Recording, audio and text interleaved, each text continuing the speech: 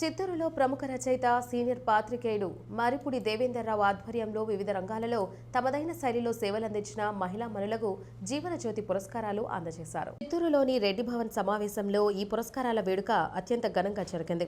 భారతీయ రచయితల సమాఖ్య ఆధ్వర్యంలో రాష్ట్రంలోని పలువురు మహిళలకు జీవనజ్యోతి పురస్కారాలను అందజేశారు.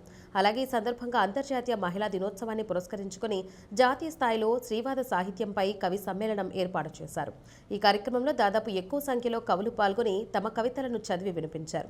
ఇందులో ప్రధానంగా డాక్టర్ నారాయణ స్వామి, సీనియర్ పాత్రికేయుడు శ్రీ రాజు తిరుపతి, డాక్టర్ కొట్టారి వెంకటరత్నం, పవన్, తోట గోవిందం, డాక్టర్ నందిపాటి చక్రపాణి, ఎన్ మునీంద్రబాబులు తమ కవితలు చదివి వినిపించారు. అనంతరం సంస్థ ఆధ్వర్యంలో వీరికి ఆత్మీయ పురస్కారం లభించింది. సర్టిఫికెట్ అందజేసి దుశ్శాలతో సత్కరించారు.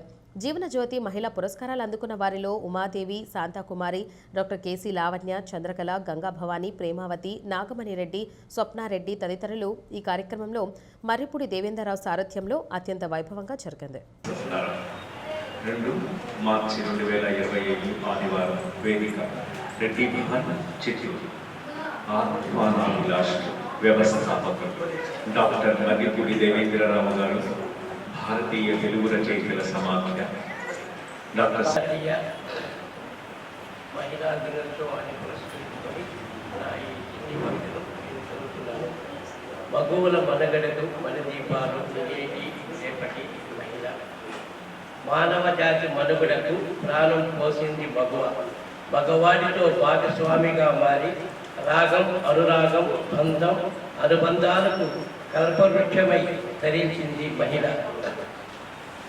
అన్నకు చెల్లెలుగా, బిడ్డకు తల్లిగా, తండ్రికి కుమార్తెగా, ప్రియుడికి ప్రియురాలుగా తన జీవన ప్రస్థానం కొనసాగిస్తోంది.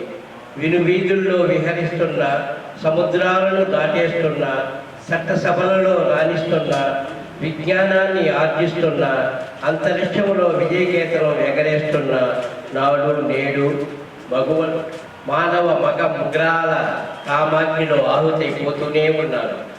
అబలను కాదు సబలమంటూ నిలదీస్తున్న పురుషాధిక్యతతో అనగదొక్కుతూనే ఉన్నారు. బాల్యంలో తండ్రి, యవ్వనంలో భర్త, వృద్ధాప్యంలో తనయుడు తన స్వేచ్ఛా జీవితానికి సంఖ్యలు వేస్తున్నారు. సామాజిక, సాంఘిక, రాజకీయ అసమానతలను దాటుకుందామంటే పరదాలు కడుతున్నారు. పురాణేటి ఇతిహాసాలలో పురుషాధిక్యమే కనబడుతోంది. ఆలిని అంబాడొకడు, అడవికి పెంపాడొకడు, నలుగురిలో అవమానించాడు మరొకడు. ఆనాడు ఈనాడు ఏనాడు ఆడదాన్ని ఆటబొమ్మగా మార్చారు ఈ సమాజం. ఆడించాడు, పాడించాడు, పీడించాడు, ఎదురు తిరిగితే తిరుగుబోతుగా చిత్రీకరించాడు. ఎన్నాళ్ళి అసంఘటిత పోరాటాలు.